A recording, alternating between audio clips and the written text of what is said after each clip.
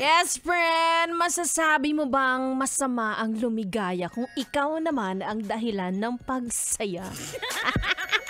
Oh, napakarupok naman. Ito naman, punchline lang, walang personalan, huy. Ako yung nagbabalikan, Wanda. Dito pa rin sa 101.1 na Yes FM. Speaking of happiness, alam nyo, ito genuine ito Mas genuine pa dyan sa manliligaw mo. Wala akong ibang wini-wish para sa inyong mga yes friend ko ngayong darating na Marso, kundi ang kasiyahan. Kahit gaano pa kaliit yan, kahit gaano pa siya kaliit.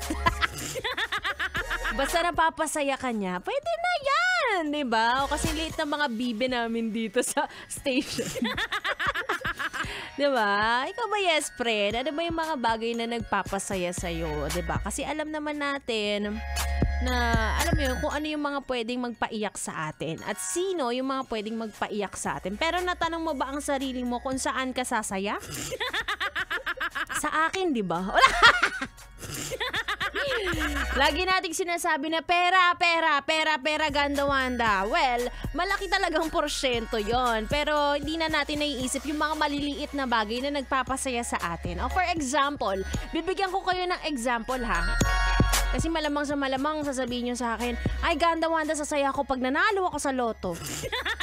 Ganon. For example, ako masaya na ako kapag ang pagkain ko ay mainit na kanin, tapos ang ulam ay nilagang baka na napakaraming gulay, tapos may sausawan kang patis na may sili at sasamahan mo pa ng napakasarap at napakalamig na soft drinks. Ang OA ko, diba?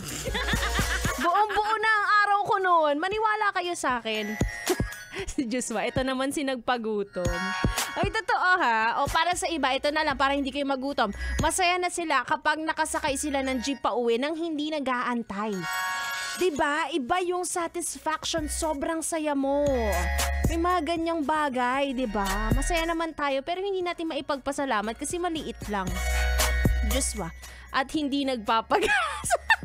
Kaya naman maging thankful tayo, no, sa mga maliliit na bagay para mas ma-attract pa natin yung mga mas malalaking bagay na pwedeng magpasaya sa atin. Diba? Gusto mo yung malaki, yung bonggang-bongga.